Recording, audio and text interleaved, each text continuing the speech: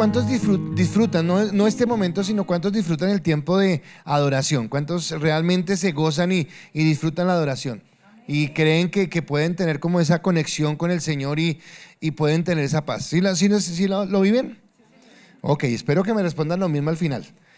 Que pueda ser de bendición en ese entenderlo. Y quiero decirle que la prédica y el ciclo de prédicas que empiezo a partir de hoy era algo que tenía desde el año pasado, pero no había empezado porque creo que es un poquito complejo y porque estaba como preparándolo bien para estar seguro desde el principio hasta el fin de lo que íbamos a compartir para poder darlo de la mejor manera y primero recibirlo para poderlo entregar. Pero ya creo que es el momento. Y quisiera, antes de darle esta enseñanza, recordar la última enseñanza que dimos el año pasado, el domingo, creo que era 29 del año pasado, donde compartía el propósito para este año y decíamos que el propósito para este año era el caminar en obediencia. Decíamos, este año vamos a caminar en obediencia.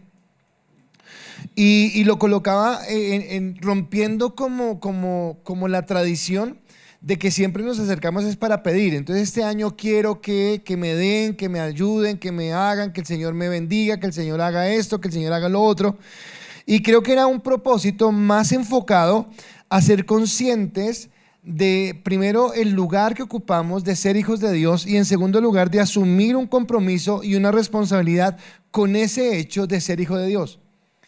Es más, quiero que usted piense por un momento. Nosotros utilizamos la palabra hijos de Dios como muy sí, soy hijo de Dios. Pero mi pregunta es si alcanzamos a entender la dimensión de lo que significa ser hija de Dios. Lo que representa de que usted se pare en algún lugar y diga soy hijo de Dios. Y que la gente lo vea a usted como realmente una persona que camina en el temor y en la gracia de Dios. Entonces, en ese sentido era que Dios colocaba ese deseo de hablar acerca de la obediencia. Pero para poder entender esto, vinimos desarrollando ciertas prédicas. Y en esas prédicas hablábamos de que la obediencia tenía que ir más allá. Y que entonces la obediencia no se limitaba simplemente a hacer caso, porque muchas veces podemos hacer caso con la actitud incorrecta. Muchas veces podemos hacer caso porque me toca, porque me dijeron, porque pues está mal, pero la verdad yo quisiera hacer otra cosa, pero pues toca, ¿no? De que me dijeron. Sino que hablábamos de que pudiéramos obedecer a Dios, pero con un corazón agradecido. Como que yo agradezca a Dios porque entiendo su amor, su misericordia, su gracia. Y esto me lleva realmente a rendirme delante de Él y decirle, Dios, gracias. Y como te agradezco, por eso quiero obedecerte. Y creo que hemos dicho que obedecer no siempre es sencillo. Hay cosas que para mí son facilísimas a obedecer. Hay cosas que cuestan. Hay cosas que son más duras porque tienen que ver con ir en contra de algo que yo quiero, que yo deseo, que me gusta, que yo valoro. Y que empiece esa tendencia es complicado, pero hablábamos que ir a ir confiando. Y hablábamos acerca de la palabra y la confianza en la palabra, y decíamos que confiábamos en la palabra en primer lugar porque creíamos que era inspirada por Dios, y en segundo lugar porque era útil. Entonces, como la palabra es inspirada por Dios y es útil, entonces obedezco a la palabra de Dios, camino conforme a lo que ella ha determinado, a lo que ella me ha hablado. Y avanzábamos diciendo, ok, entonces si yo ahora obedezco, pero obedezco con gratitud y en la gratitud me someto a la palabra de Dios, como consecuencia de esto me llevará a entender que mi vida tiene que ser una vida de servicio. Pero no un servicio impuesto, no porque alguien me diga, oiga, tiene que hacer algo en la iglesia porque usted lleva mucho tiempo en esa banca sin hacer nada. No, sino que realmente yo entiendo que hay un deseo de que quiero retribuir a Dios lo que Él me ha dado, que nunca alcanzaré a retribuirlo, nunca alcanzaré a pagarlo, nunca alcanzaré a agradecerle lo suficiente todo lo que hizo por mí, mas sin embargo decido de alguna manera decirle, con mi servicio a Dios, con lo que hago para ti, Señor, te estoy diciendo gracias, estoy agradecido, te amo y reconozco lo que tú hiciste en mi vida. Ya por último, hace 8 días entonces hablábamos acerca de que es imposible hablar de obediencia si no entendemos el concepto de autoridad. O sea, yo no puedo decirle a alguien que sea obediente si primero no le digo que la obediencia implica el tener una sujeción a algo o a alguien que se conoce como autoridad. Entonces reconocemos la autoridad, por ejemplo, la esposa en el esposo, el alumno en su profesor, el empleado en su jefe, el gobierno, todo lo que hemos hablado. Pero esta mañana me pareció algo curioso y pienso que Dios lo permitió. Y era que venía para acá y por favor el comentario que va a hacer espero que no se preste para que usted empiece ya a murmurar y decir sí, no, porque no es esa la intención. Pero de la noche a la mañana Bogotá se llenó de semáforos. O sea, por todos lados hay semáforos. Y entonces los que conducimos decimos, uy, otro semáforo, y entonces se tranca el tráfico, no sé qué tal cosa. Pero esta mañana, viniendo para la iglesia, paré en un semáforo y como que el Espíritu Santo empezó a hablarme y me dijo, ¿y usted entiende que es autoridad? ¿Entiende usted que es autoridad? Que no está ahí porque si le gusta a usted o no le gusta, sino es autoridad y tiene que sujetarse y era entenderlo. Y no estoy hablando de una persona, estoy hablando de algo que simboliza la autoridad.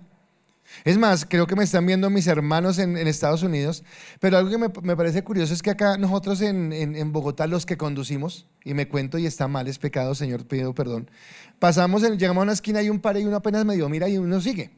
En Estados Unidos ellos sí paran, sí se detienen. Ellos en el pare sí se detienen. Mira, esa gente sí es más juiciosa, más obediente y más espiritual. No, allá les llegan los tickets a la casa.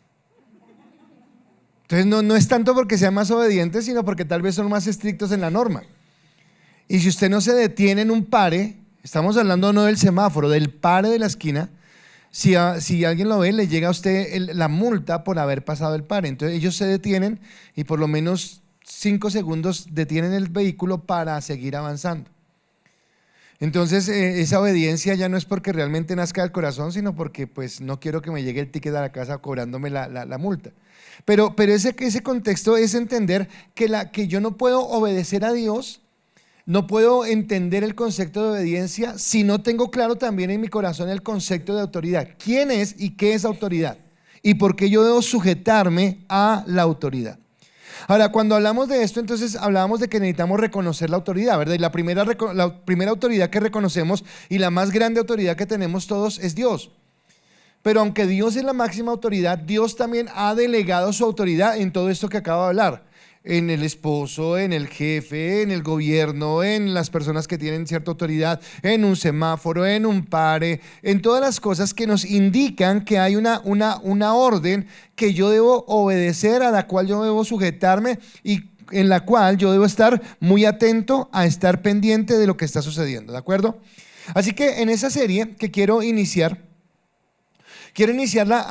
tomando un buen tiempo, porque creo que nos vamos a demorar otro en este ciclo, y es hablando acerca de la obediencia a la máxima autoridad que usted y yo tenemos. Y la máxima autoridad que usted y yo tenemos es la palabra, y quiero hablar de eso. Por eso les preguntaba que cuántos se gozan en la alabanza, cuántos se gozan en la adoración, cuántos de pronto sentimos que vamos a la presencia de Dios cuando realmente estamos adorándole, porque el título de la serie completa, de lo que vamos a estar viendo durante muchos domingos y miércoles en estos días, es obediencia, la verdadera adoración. Obediencia, la verdadera adoración. Así que si queremos adorar al Señor, vamos a entender que la obediencia hace parte integral de la adoración.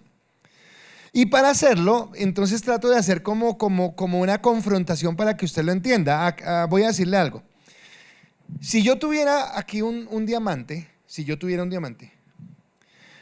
y tuviera un niño que está acostumbrado a jugar con canicas en su casa, el niño que no entiende va a ver el diamante de la misma manera que ve la canica.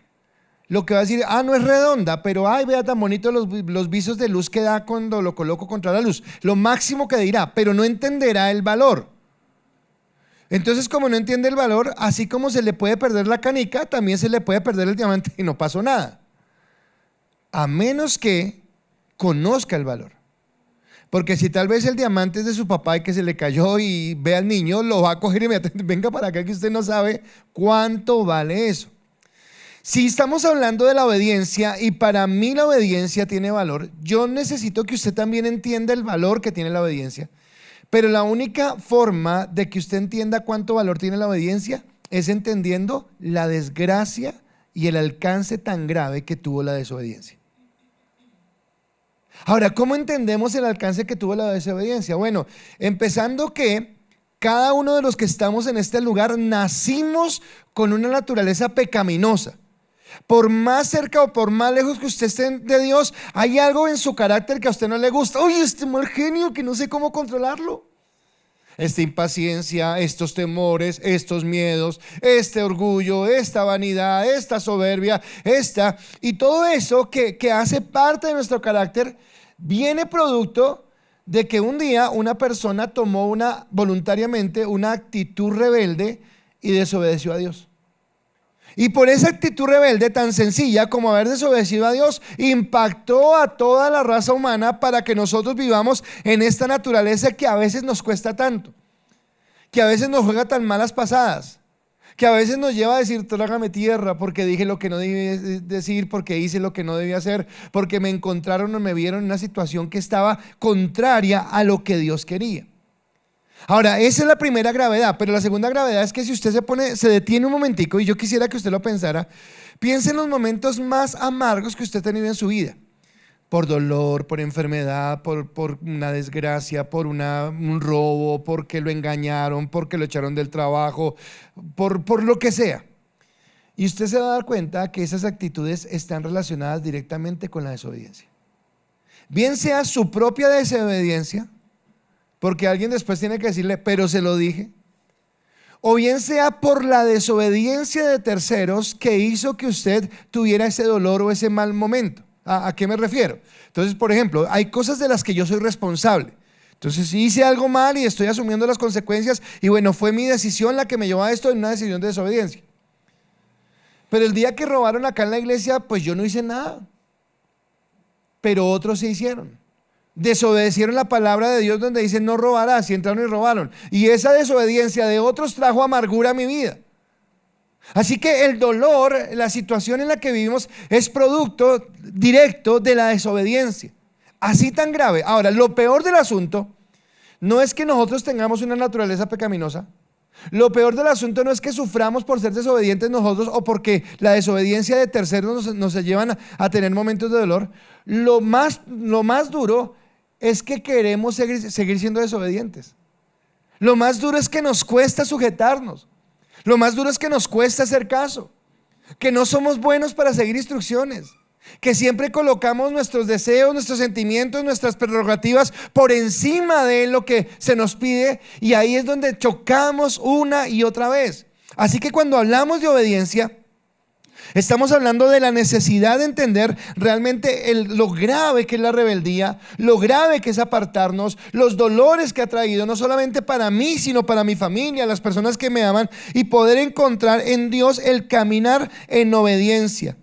Porque creo que ese propósito, el propósito de decir, en lugar de decir: este año vamos a tener una casa, este año vamos a comprar el carro, este año sí vamos a lograr tal cosa, creo que el propósito es decir: este año vamos a caminar en obediencia. Y vamos a lograr entender que es el propósito más importante, el de mayor beneficio, el que nos puede impactar de una manera decisiva para que tengamos en nuestra vida algo que cambie lo que somos, ¿de acuerdo? Ahora, ¿cómo la vinculo entonces con la adoración? Entonces, en ese momento voy a entender que la adoración toma un significado más grande, porque va mucho más allá de interpretar bien un instrumento, va mucho más allá de saberse la letra de una canción e entonarla en la tonalidad adecuada, sino que tiene que ver algo con el corazón. Los chicos de la alabanza hoy empezaron un devocional, es de ellos, interno, y es un devocional donde están hablando acerca de la adoración. Pero en ese servicio, en ese devocional que están llevando, ellos no están hablando de cómo pueden llevar la nota, cómo pueden manejar el ritmo, cómo pueden manejar la métrica. No, ellos no están hablando de eso. Ellos están hablando de qué tiene el corazón de la persona que sube al altar a ministrar. ¿Cómo está ese corazón? ¿Realmente es un corazón rendido? Porque cantar, de pronto en el mundo hay gente que tenga mejor voz que la que tiene acá. De pronto interpretando el instrumento hay gente afuera que puede interpretar bien el instrumento mucho mejor que lo que están haciendo ellos. Pero lo que Dios quiere que tener en su altar no son músicos. Lo que Dios quiere tener en su altar son adoradores. pero lo que Dios quiere tener en su iglesia también son adoradores.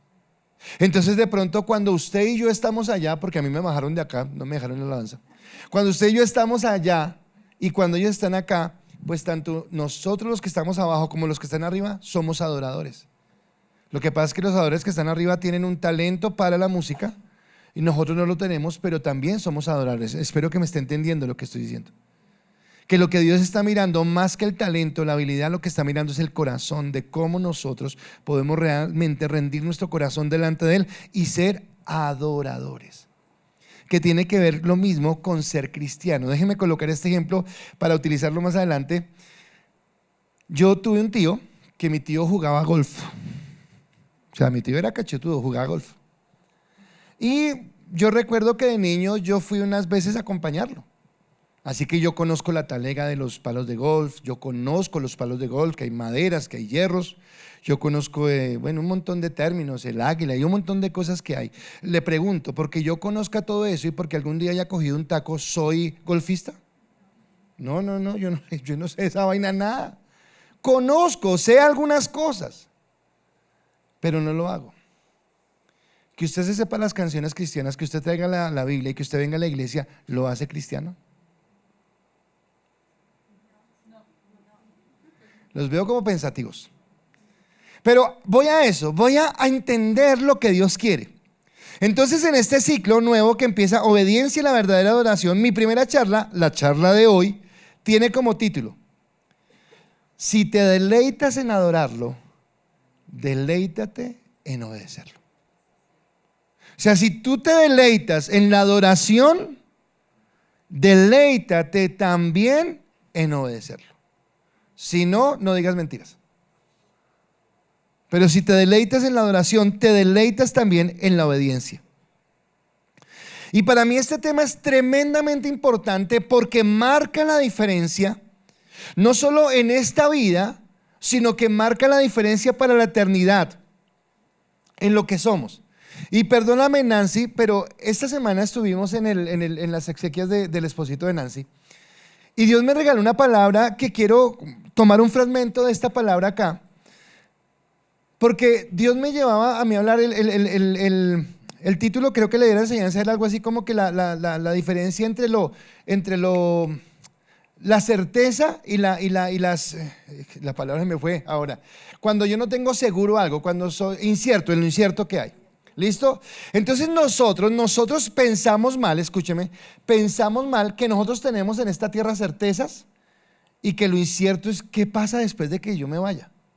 Entonces acá tengo certeza porque acá tengo mi casa, tengo mi familia, tengo mi papá, mi mamá, mi esposo, mi esposa, tengo mi trabajo, tengo el carrito que me compré, el lotecito que tengo allá donde meter la cabeza cuando sea viejito, así como hablan los viejitos, ¿verdad?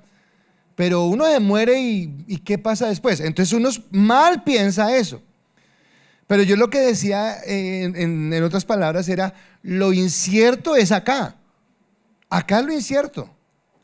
Dígame, levante la mano el que esté totalmente seguro que mañana se va a levantar y va a ir a trabajar. Pero usted sabe que nada se va a interponer eso. Ninguno puede decir eso.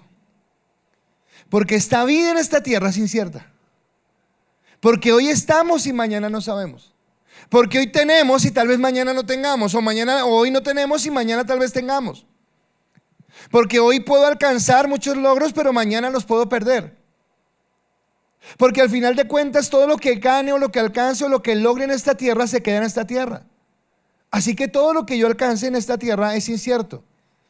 Pero cuando yo pienso en lo eterno, entonces creo que lo decía Mateo ahorita, cuando yo pienso en lo eterno, las promesas de Dios sí son ciertas. Y si las promesas de Dios son ciertas, quiere decir que mi eternidad es algo certero y en algo que sí puedo confiar, que no se va a dañar por nada, porque Dios lo prometió. Y si Dios lo prometió, Dios lo cumple. Y yo puedo creerlo. Yo puedo saber que eso va a suceder así. Así que entendiendo eso, para mí el tema de la obediencia es tan trascendental que va a marcar su vida en esta tierra, lo que usted vive en esta tierra, y mucho más va a marcar lo que usted apunte hacia la eternidad.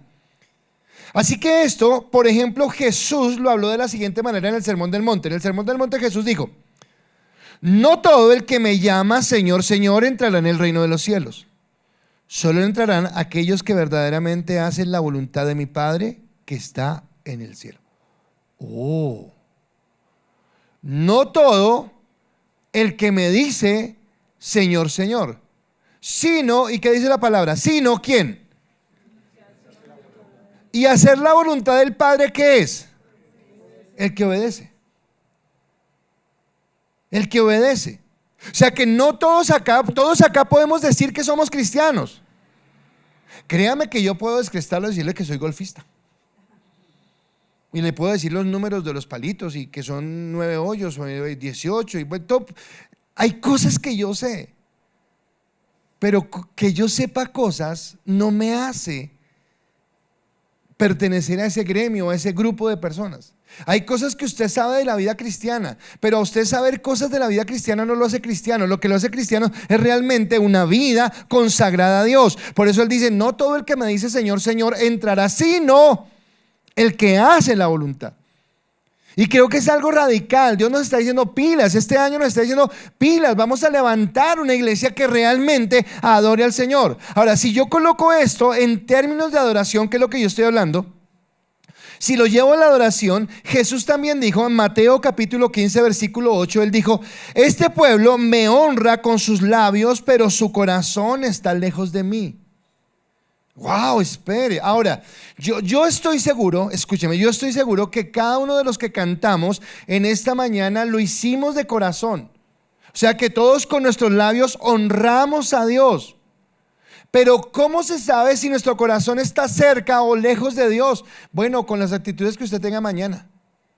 Mañana cuando esté en su trabajo, mañana cuando esté en la calle, mañana cuando esté con sus amigos, mañana cuando esté escuchando una conversación, mañana mirando lo que va a observar, mañana cuando tenga una actitud con las personas que están a su lado, porque ahí es donde realmente se va a mirar si realmente usted cuando canta con sus labios también su corazón está agradado con Dios, o si usted solamente viene el domingo a una iglesia, canta y adora al Señor, pero su corazón está alejado de Él. Entonces es una pregunta para usted mismo, pero es para usted. ¿Cómo está hoy su corazón con Dios? ¿Qué tan cerca está de Él? No que la gente ve, porque la gente puede ver. Si yo me comprara el palo de la bolsa esa de palos y viniera acá y me comprara hasta los zapatos con puntas y quisiera tronar acá en el piso, todos dirían, ¿se volvió golfista? Pero es una cosa que la gente piense eso y otra cosa muy distinta a que yo realmente sea algo y en eso es que voy. Ahora, cuando yo entro a este tema, entonces si voy a hablar de adoración y voy a hablar de alabanza, en la Biblia hay un libro que por excelencia se conoce como el libro de la adoración o como el libro de los adoradores. Y este es el libro de los Salmos. Entonces el libro de los Salmos me habla de la adoración. Resulta que la Biblia hebrea estaba ahí muy guardadita, la tenían solamente para ellos, pero más o menos entre el siglo III y el siglo I antes de Cristo, ellos deciden o la gente decide que ese libro es muy valioso y lo quieren pasar al idioma que todo el mundo habla. Entonces era el griego koiné se llama, o sea el griego que hablaba todo el mundo, el griego tradicional o el común de alguna manera. Y ellos toman esa Biblia y la traducen al griego y entonces toman el libro de los Salmos, lo traducen, pero le cambian el título, porque en la Biblia de los hebreos se llamaba el libro de las alabanzas y le cambiaron el libro de los Salmos. Quiere decir que alabanzas o salmos significa lo mismo. Y en últimas, ¿qué significa alabanza y qué significa salmos? Dice, es un cántico interpretado con la compañía de instrumentos musicales. Un cántico interpretado con la compañía de instrumentos musicales. Entonces, si yo veo el libro de los Salmos, la próxima vez que usted vea los Salmos son cantos, son alabanzas que iban acompañadas de música. Pero escúcheme, esos salmos no eran cualquier letra, no era cualquier música. Eran letras que realmente honraban y glorificaban a Dios. Yo no sé si lo sepa, si no lo sabe se lo cuento. Pero los chicos que están acá en la alabanza, esos chicos han determinado algo. Y es que ellos no van a cantar canciones porque sean populares, no van a cantar canciones porque sean pegajosas, no van a cantar canciones porque tengan un impacto. Es más, ellos mismos ya empezaron a componer sus propias canciones de Icas, que usted a veces escucha y dice, ya no lo había escuchado. No, porque es de acá, es de Icas. Pero ellos están tomando en cuenta que lo que digan realmente exalte y glorifique a Dios, honre la creencia, la doctrina en la que estamos y en ningún momento, de ninguna manera vaya a decir una herejía. Eso es lo que están buscando. Y lo que tienen los salmos es eso.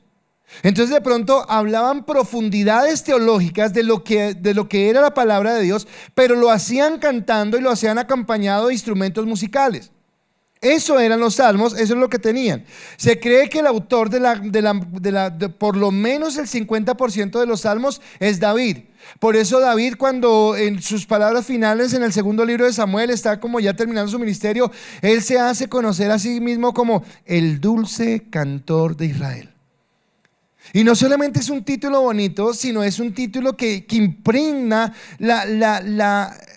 el desafío doctrinal y teológico que tenía él de realmente conocer a Dios, y que cuando cantaba, lo que cantaba realmente venía de una revelación de quién era Dios, de los atributos de Dios. Usted conoce a David como el rey, como el gran estadista, usted conoce a David en muchas facetas, pero creo que la primera que tuvo fue ser el cantor de Israel, porque era cuando era pastor de ovejas. Y mientras que él estaba ya cuidando las ovejas en el campo, él componía estos salmos, él levantaba estas adoraciones, él exaltaba al Señor de esa manera. Ahora, el libro de los salmos entonces es una literatura poética, porque tiene rima, porque tiene prosa, porque tiene muchas cosas que le permiten ser de esa manera, pero lo que están mostrando en sí es el carácter de Dios, y nos muestran el carácter de Dios frente a nosotros como humanidad. Y hay una confrontación entonces frente a lo horizontal y temporal que muestra el libro de los Salmos, enfrentado a lo vertical y eterno que nos muestra. Pastor, no le entendimos nada, ya le explico. Cuando hablamos de lo horizontal y de lo temporal, si usted mira, hay salmos de júbilo, de alabanza, de exaltación, hay salmos de lamento, de tristeza, de dolor, de angustia, de arrepentimiento, hay salmos de exaltación, hay salmos para el rey, hay salmos donde hay inclusive se llaman imprecatorios, donde hubiera como maldición. Resulta que esos salmos lo que están hablando es de lo que es nuestra vida en esta tierra. En esta tierra usted tiene momentos buenos, tiene momentos malos. En esta tierra hay días que usted se alegra, hay días que usted llora. En esta tierra hay momentos donde usted está con prosperidad y en victoria de todo lo que hace. Hay otros días que usted en su vida parece que fuera un fracaso total y que nada tiene sentido. Eso es lo que está expresando el salmista en los salmos. Está mostrando la naturaleza humana, está diciendo lo incierta que es nuestra vida en esta tierra. Está diciendo esto no tiene una forma de vivirse como que hoy sí estamos, mañana no, hoy nos alegramos, mañana lloramos, como que las cosas no funcionan. Como que hay un momento determinado en su familia donde todo es feliz, y hay un momento en su familia como que todo se pone triste, y usted dice, pero ¿por qué es eso? Bueno, porque esa es la vida en esta tierra. Pero esta realidad que nos muestran los salmos es opacada por otra realidad que muestran los salmos, que solamente es para los hijos de Dios y que es de manera vertical, y que nos habla acerca de la promesa que tenemos a aquellos que hemos confiado en el Señor. Entonces nos dice, no importa lo que sea la vida en esta tierra, no importa las desgracias, las tristezas, los momentos difíciles, las cosas adversas que tengamos que atravesar, hay una promesa que ha dado el Rey eterno, el Dios eterno, la cual a nosotros los que creemos, a nosotros los que hemos colocado nuestra confianza en Dios, nos inspira, nos motiva a obedecerlo como una manifestación de nuestra adoración. Entonces, cuando yo he conocido realmente a Dios, cuando yo entiendo quién es Dios, y cuando yo decido morir a mí mismo para obedecer a Dios, para caminar conforme a lo que Él quiere, lo que Él ha determinado, es cuando entonces mi vida se convierte en una vida que adora a Dios, porque camino de esa manera. Ahora le pregunto, ¿cuál debería ser entonces la actitud o el deseo o el anhelo de un verdadero cristiano?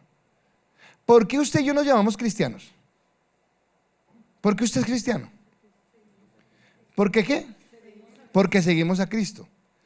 Ahora, mire el que tenga a su derecha o a su izquierda y dígale, ¿seguro? ¿Seguro usted sigue a Cristo? Ahora, ¿qué evidencia tiene usted de que sigue a Cristo? ¿Cuál es su evidencia de que usted sigue a Cristo? ¿Cómo usted puede decirle a alguien, realmente yo sigo a Cristo?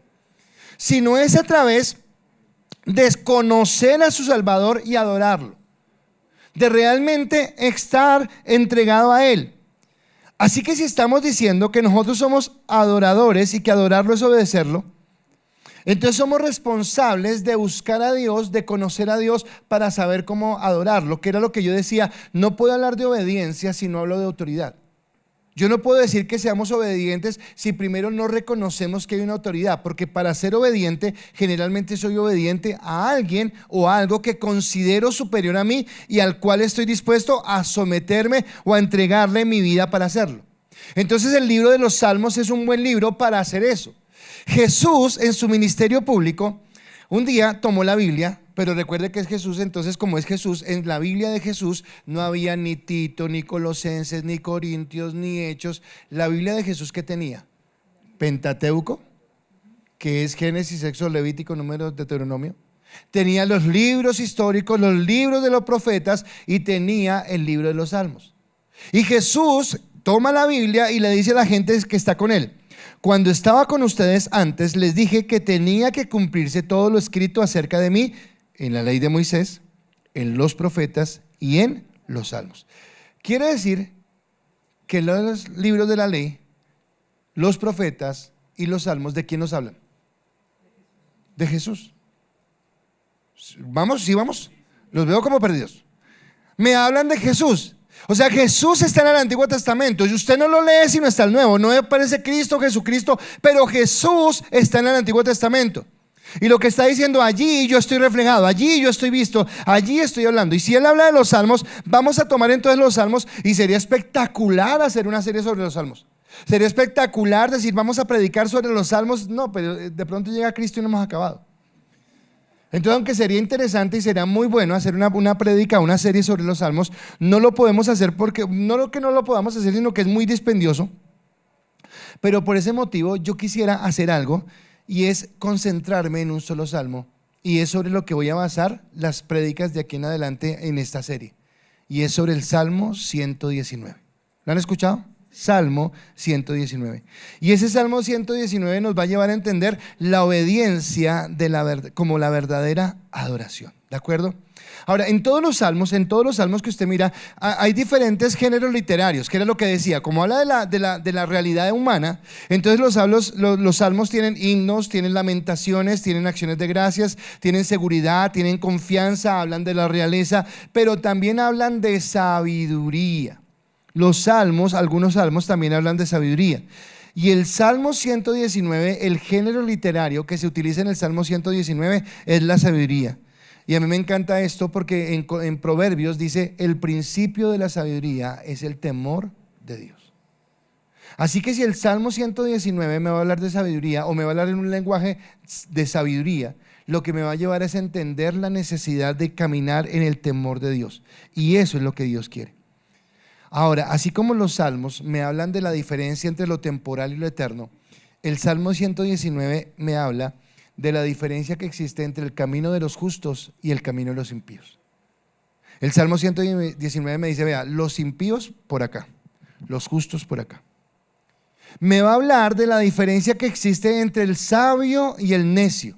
Y acá me venía a la cabeza pensar en Santiago, porque cuando usted va a Santiago, Santiago habla del verdadero sabio y dice que el verdadero sabio es aquel que la sabiduría que viene de Dios, que procede de él, que es pacífica, que es amable, que es amorosa. Dice: pero esa sabiduría que viene del mundo, que es diabólica, que es animal, que es muy mortal, y esa sabiduría la que está hablando es de la sabiduría de la malicia indígena. De que yo sí soy muy vivo, de que es que yo sí le hago la trampa al centavo, y es que yo soy muy abeja. Y esa sabiduría no viene de Dios.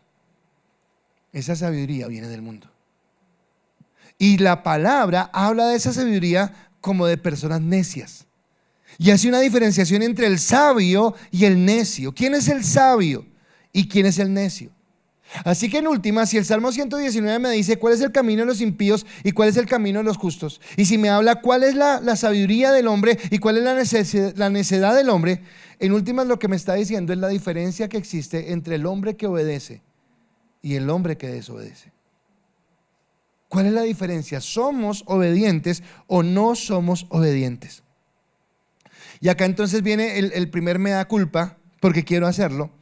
Y lo hago porque es lo que he dañado. Y resulta que los predicadores cristianos de este último tiempo hemos caído en un error tremendo. Esta mañana estaba escuchando una prédica del pastor Miguel Núñez, y él decía algo que tiene toda la razón. Decía que hoy en día parece que el evangelio fuera como un buffet donde usted toma lo que quiere y desecha lo que no quiere. Entonces usted abre la internet y dice, esta predicación habla acerca del pecado. No, este es más harto. Este habla acerca del arrepentimiento. No, qué cosa tan aburrida. Este habla de cómo volverse próspero. Ay, eso sí me interesa. Y entonces empezamos a escoger lo que quiero escuchar. Empiezo a escoger lo que a mí me agrada, lo que me va a gustar, pero no realmente todo lo que tiene la palabra. Y resulta que de Génesis 1:1 hasta Apocalipsis 22 versículo 23, toda la palabra es inspirada por Dios y toda la palabra es útil. Así que toda la palabra tiene que nutrirme a mí para levantarme. Pero esos pastores o esos predicadores que exclusivamente y malintencionadamente y erradamente se dedicaron fue a acomodar la palabra para dar mensajes que a la gente le agraden y de pronto que la gente se sienta feliz y que camine en felicidad, porque es que somos cristianos y Dios nos va a prosperar y Dios nos va a bendecir y Dios nos va a dar carro y Dios nos va a dar casa y Dios nos va a dar y Dios nos va a dar y Dios nos va a dar. Son cristianos que en realidad no tienen un peso en su vida cristiana. Y entonces dicen ser cristianos, dicen amar a Dios, pero sus obras no los acompañan. El pastor Miguel Núñez en la misma prédica dijo algo que me pareció interesante. Él decía que en los últimos años, bueno, si usted mira, hace más o menos 50 años, el índice de cristianos que había en Latinoamérica era bajito. 5%, 10%, 3%, 2%, 5%. No era tan bueno ser cristiano, no era tan popular ser cristiano. Pero él dice que en los últimos años ha subido ese índice. Que hay países donde el porcentaje de cristianos es el 60%, 70%, 80%, o 90%, tremendo. Hace más o menos 20 años yo tuve la oportunidad de ir a Guatemala. Y recuerdo que cuando llegué a Guatemala me subí al taxi, el taxista cristiano, y me dijo, no señor, acá el 50% somos cristianos. Esa vez yo quedé admirado y quedé como esta envidia me dio, dije, tan chévere que todo el mundo sea cristiano. Ahora, pero el pastor Miguel Núñez dijo algo que me dejó muy triste, porque él dijo que así como ha subido el índice de cristianos en Latinoamérica, ha subido el índice de corrupción, de robos, de violencia. Y entonces la pregunta es, ¿y dónde están los cristianos? O sea, ¿no se supone que somos cristianos? Entonces vuelvo y le pregunto, porque yo cargo con una bolsa, una talega le dicen de palos de golf, ¿soy golfista? No, yo no sé de eso nada. Yo conozco cosas, pero yo no sé nada de eso. El que usted venga a la iglesia, que tenga una Biblia, que esto no lo hace cristiano, sino realmente la relación que tenga con Dios. Realmente lo que camine con Dios. Entonces ese mensaje que nos ha llevado a pervertir el evangelio, a pervertirnos en las cosas que hacemos, hace que nosotros pensemos que como que el evangelio se limita a una lista de peticiones que yo le digo a Dios: Dios necesito, Dios ayúdame, Dios arregla mi matrimonio, Dios mira a mi hijo, Dios mira mi casa, Dios pero ¿qué hubo Dios que como que no se mueve? Y no piense o no me pregunte si Dios está esperando un cambio de mi vida. Si Él está esperando que yo haga algo diferente. Si Él está esperando que yo, como dice la palabra, sea luz donde estoy, sea la luz, la sal de la tierra, en donde quiera que me encuentre. Entonces hemos perdido el respeto por Dios, hemos perdido el respeto por su nombre, hemos perdido el respeto por su sacrificio, hemos perdido el respeto por lo que Él hizo, y hemos levantado una iglesia que sí es muy grande la iglesia, pero es una iglesia débil, es una iglesia egoísta, y es una iglesia que no tiene poder y no tiene autoridad, porque es una iglesia que adora a un Dios que no conoce. Es tremendo. Es muy duro tener una iglesia que adora a un Dios al cual no conoce. Por eso nos estamos deteniendo a entender la palabra. Ahora, usted dirá, pero pastor, nosotros somos salvos por gracia. Sí, amén, así es, verdad. Y eso lo predicamos y lo creemos, y es así, somos salvos por gracia. Pero el ser salvos por gracia se evidencia, o sea, si usted quiere saber si realmente es salvo por gracia, la evidencia es que en usted haya existido un nuevo nacimiento. Es que en usted haya cambiado algo en su vida. Es que usted realmente sea diferente. Tuvimos en Emparejados y en Harvest este fin de semana una charla, para mí fue espectacular. Y hablábamos de la diferencia entre el amor caprichoso y el amor verdadero. Y decíamos que el amor caprichoso es ese egoísta que solamente exige, Mientras que el amor verdadero es aquel que está dispuesto a dar. Ahora te pregunto, ¿el amor que tú le tienes a Dios es un amor caprichoso que solamente exige? ¿O el amor que tú le tienes a Dios es un amor verdadero que está diciéndole: oh Dios, ¿qué estás demandando de mí? Porque cuando yo tengo la gracia, esto me lleva a mí a un término teológico que se llama regeneración. Pastor, ¿y qué es eso? Nacer de nuevo.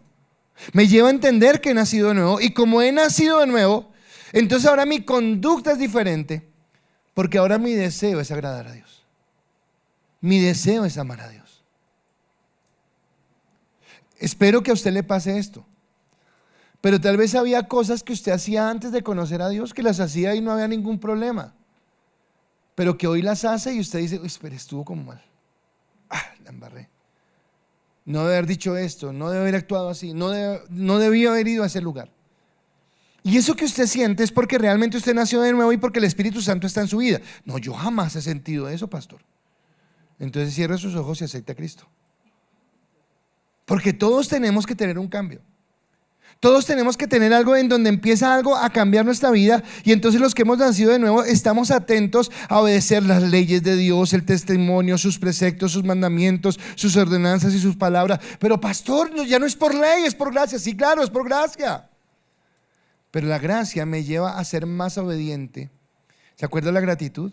Entonces puede ser que yo obedezca porque toca. Yo siempre lo he dicho, imagínense que yo fuera pastor, que yo tuviera que predicar el domingo en la mañana, y que anoche me hubieran llamado unos amigos a eso como de las 5 de la tarde y me hubieran dicho: ¿qué hubo, mijo? Tenemos una fiesta y nos vamos a tomar unos tragos, vea. Y yo les hubiera dicho: ay, uy, no, tengo grupo ahorita con las parejas de la iglesia y me toca predicarles y mañana predico. Ay, si no yo iba, pero no, ya más pecado. No. Pregunto, ¿estoy obedeciendo a Dios? Váyase y péguese la jala ya y más bien retírese del pastorado, porque usted está haciendo algo porque le toca, pero realmente no porque lo entiende, no porque usted entiende que su vida ha sido cambiada, que hoy hay un estilo de vida que ya no lo llena, que ya no lo satisface, porque ahora su llenura está en Dios y ahora usted quiere agradar a Dios. Está buscando agradar a Dios para ser salvo. No, yo ya soy salvo, pero quiero agradarlo. Quiero glorificarlo, quiero exaltarlo, quiero entregarle mi vida. Y entonces esos estatutos, esas leyes, esa forma la encontramos en el Salmo 119, que nos guía a tener una verdadera adoración, porque nos permite entender que la verdadera adoración es obediencia. Yo quiero obedecer a Dios. Entonces el Salmo 119 se levanta como el monte Everest, como el perfil más alto, lo más visible de un adorador está en el Salmo 119. Lo que más pueden ver las personas está allí, porque es la obediencia que nos muestra cómo llegamos al Señor. Ahora, les dije que era sabiduría. Déjenme hablarle de dos salmos más para llegar a este. El Salmo 1, usted ha leído el Salmo 1. El Salmo 1 en uno de sus versículos dice: sino que en la ley de Jehová está su delicia, y en su ley medita de día y de noche. Eso dice el Salmo 1. Cuando usted va al Salmo 19, en el Salmo 119, como del versículo 7 en adelante dice, vuelve a repetir lo que repite el Salmo 119: la ley de Jehová, el testimonio de Jehová, los mandamientos del Señor, el precepto de Dios, el temor del Señor, los juicios del Señor. Y está hablando acerca de la palabra. Entonces el Salmo 1, el Salmo 19 y el Salmo 119 están exaltando o glorificando algo en común, y lo que glorifican estos tres salmos es la palabra.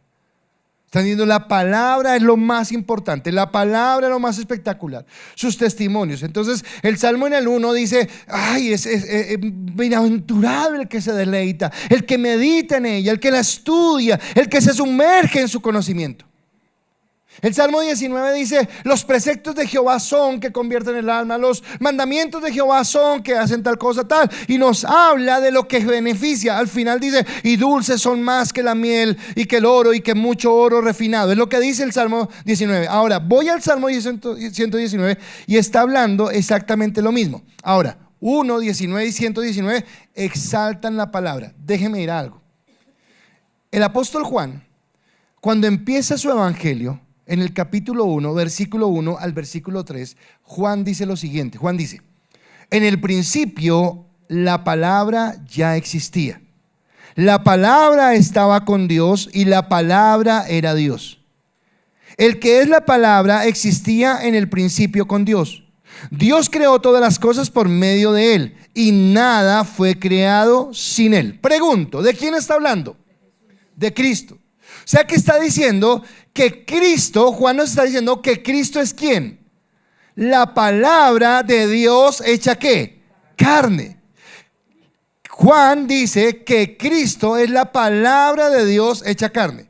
Si el Salmo 1, si el Salmo 19 y el Salmo 119 exaltan la palabra, ¿a quién están exaltando el Salmo 1, el 19 y el 119?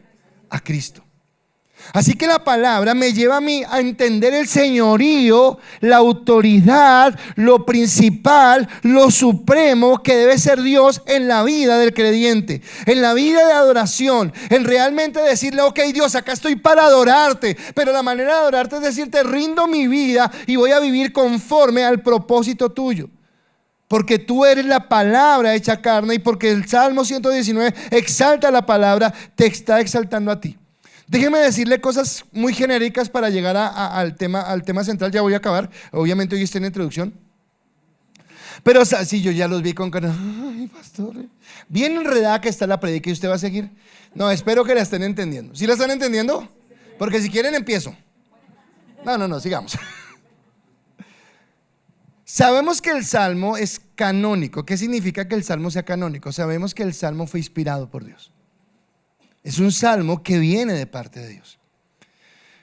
No podemos asegurar quién es su autor, porque se dice, no hay un autor definido, se dice que pudo ser David, se dice que pudo ser Daniel, o se dice que pudo ser Esdras. Pero independiente de quién haya sido su autor, sabemos que es un salmo inspirado por Dios. Así que esto no le añade ni le quita importancia. Solamente en temas generales, el Salmo 119 contrasta, por ejemplo, con el Salmo 117, porque mientras que el Salmo 117 es el capítulo más corto que hay en la Biblia, el Salmo 119 es el capítulo más largo que hay en la Biblia.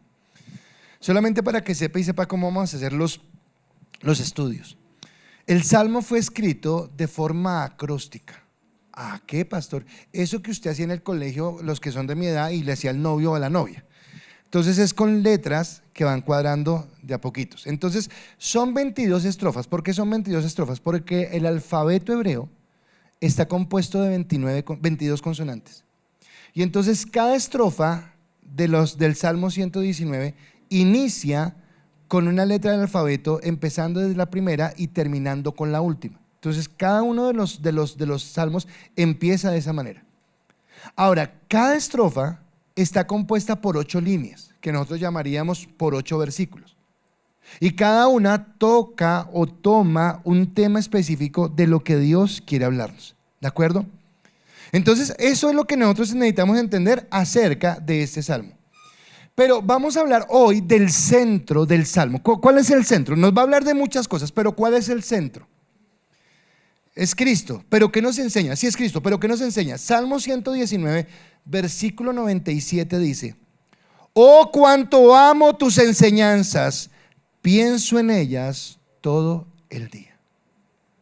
En la Reina Valera creo que dice: oh, cuánto amo yo tu palabra, ella es mi meditación de noche y de día. Creo que es que dice así. Léelo más fuerte, por favor, para.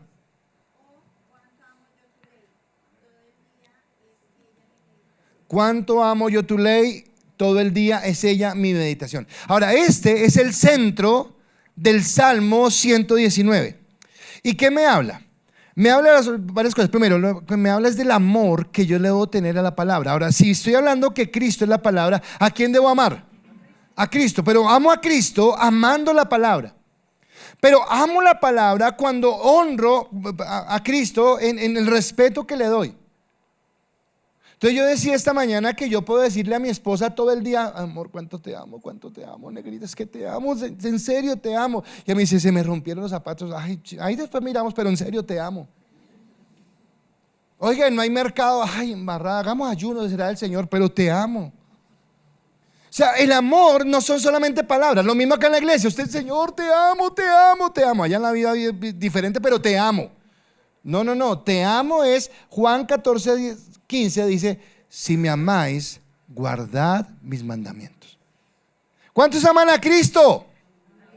Ya más poquitos. ¿Cuántos aman a Cristo? Si me aman, guarden mis mandamientos. Más allá de lo que puedan cantar en una canción, nuestra adoración es guardar sus mandamientos. Pero me habla de que no solamente debo amar su palabra, sino que debo desear vivir conforme a su palabra. Wow, espera, esto es más profundo. Ya no solamente es amar la palabra, sino que yo deseo vivir conforme a lo que dice la palabra. Ahora, si yo decido, ayer tuvimos en el grupo, lo que les digo, no, eso no fue ayer, eso fue antenoche. Una persona del grupo dijo algo, wow, espectacular. Dijo, Dios a través del Espíritu Santo me habló, y ella habló de una actitud, es una mujer que había tenido con respecto a su esposo. Y hablaba de cómo el Espíritu Santo la llevaba a entender lo que significaba sujeción y lo que significaba honrar a su esposo. Entonces yo llegué y les dije, un momentico, paremos ahí un momentico, les dije, hice la siguiente pregunta, dije, si esto que está diciendo ella no lo dice en un ambiente cristiano donde todos amamos a Dios y queremos a Dios, sino lo dice en un ambiente del mundo, la gente, ¿qué le estaría diciendo? Boba, tonta, sáquenla de acá, no sé qué, tal cosa. Entonces después el siguiente pensamiento, la siguiente pregunta mía es, ¿cuántos en su corazón pensaron que esto es bobada? Porque puede que yo diga que soy cristiano, pero puede que mi pensamiento esté más alineado con el mundo. Y que las cosas que la palabra me dice para mí sean tontería, porque yo estoy más pensando como piensa el mundo. Parece que no, pero sí es importante. Porque ¿qué marca mi pensamiento? Si mi pensamiento no lo marca la palabra, si mis decisiones no la marcan la palabra, si no es Dios, entonces yo voy a estar pensando más como piensa el mundo. En estos mensajes que dije, cuando yo hablo de que solamente mensajes de prosperidad y todo eso, es cuando uno se encuentra con cristianos que dicen, pero ¿cuál es el problema con el aborto? La mujer tiene derecho de su cuerpo. Pero ¿qué es problema si el muchacho le gusta a otro muchachito? Cada cual como quiera. Y entonces uno dice, perdón, pero ¿verdad tú eres cristiano? Claro, yo amo a Cristo, pero Cristo es amor. O sea, lo que me está diciendo es, yo amo a Cristo, pero no me interesa seguir su palabra. No me interesa entender lo que Él dice. No me interesa realmente amar lo que Él dice. Así que debemos desear vivir conforme a la palabra. Entonces no solamente es amar la palabra, sino es vivir conforme a la palabra. Mateo 7:24 dice, todo el que me escucha o el que escucha mi enseñanza y la sigue ¿es qué? Sabio, como la persona que construye su casa sobre una roca sólida. O sea, el sabio es el que toma la palabra, la ama, pero también se encarga de seguirla. Ay, pero acá hay algo espectacular que le pasa a usted y me pasa a mí, solamente nos pasa a los cristianos, pero que no le pasa al mundo. ¿Qué le pasa a los cristianos que no le pasa al mundo, pastor? Que nosotros tenemos, por el conocimiento de la palabra y por la obra del Espíritu Santo, la capacidad de reconocer que somos pecadores. Se lo explico en otros términos. Si yo no fuera pastor, sino si yo trabajara en una oficina secular y mi compañero de trabajo estuviera en adulterio, yo creo que él no me llegaría diciendo, ay, me siento tan mal, estoy engañando a mi esposa. No, él llegaría diciéndome, oiga, ojalá no me pesquen porque eso está, esa mujer late. Porque él no tiene la capacidad de entender que esto es pecado. Solamente alguien que camina con Dios tiene la revelación. Y lo que me revela mi Dios es que soy pecador. Ahora, si usted piensa que no es pecador, tiene una consejería con la pareja que tuvo este problema. La persona fue infiel. Y entonces estábamos hablando y yo le decía, bueno, y tal, me dijo, no, pues infiel. ¿Pero qué más? No, pues infiel. ¿Qué más? Me dijo, no, es que la infidelidad, no tengo más problemas. Entonces le dije, o sea, usted me está diciendo, porque era cristiano, que si usted no hubiera sido infiel, ¿usted sería un perfecto cristiano? ¿Sí? Me preguntó, le dije, no, le pregunto yo a usted. O sea, ¿no tiene más problemas? Porque ¿sabe quién me hace a mí consciente de mi naturaleza pecaminosa? El Espíritu Santo. ¿Qué es lo que hace el Espíritu Santo? Me convence de pecado. ¿Por qué usted necesitó o aceptó a Cristo? Porque usted entendió que era pecador. y que su pecado no tenía forma de salirse de él. Y esto solamente lo hace el Espíritu Santo. Ahora, si el Espíritu Santo me convence de pecado, es el mismo Espíritu Santo el que me lleva a mi arrepentimiento, el que me lleva a decir: Dios, yo no quiero más esta vida, no quiero caminar con esto. Cuando me llamen mis amigos a tomar, yo no les voy a decir: no, hay que me volví cristiano, o si no se iba. No, voy a decir: no, esa vida me esclavizó, esa vida fue mala, yo ya no quiero compartir eso. Si quiere lo invito a que siga mi vida, pero no lo voy a seguir allá porque ya no es parte de lo que yo soy. Mis amistades cambian, mi vida cambia, mi forma cambia, porque ya mi pensamiento es diferente. Créame que a la iglesia nos falta radicalidad, y nos falta radicalidad porque no conocemos la palabra, porque no conocemos al Dios que amamos, porque no caminamos conforme a su voluntad. Así que algo que me da a mí la palabra es conocer que soy pecador y entender que tengo necesidad de arrepentirme, pero lo más glorioso, entender que yo no puedo solo. Entender que necesito un Salvador, entender que necesito colocar mi mirada, mi confianza, mi obediencia en alguien que me ayude a salir de ese estado. Y el que me ayuda a salir de ese estado es Cristo. Y si el Salmo 119 glorifica la palabra, y si la palabra es Cristo, el Salmo 119 me llevará a convertirme en un verdadero adorador, porque obedezco la palabra, porque camino conforme a lo que Dios quiere. Jesús le dijo a sus discípulos, Juan 5:39: ustedes estudian las escrituras a fondo porque piensan que en ellas les dan la vida eterna, pero las escrituras me señalan a mí. Así que en este tiempo que vamos a estar estudiando el Salmo 119, yo quiero que entendamos que Cristo es la palabra hecha carne, y que yo debo amar a Cristo. Debo seguir el consejo de Cristo, imitar la vida de Él y entender que sin Él no soy nada. Si un cristiano no entiende que sin Cristo no es nada, no es cristiano. Porque 100% dependemos de Él. Porque nuestra vida debe caminar en Él. Así que el Salmo 119 nos llevará a reconocer que somos pecadores. El Salmo 119 nos llevará a reconocer que tenemos necesidad de un Salvador.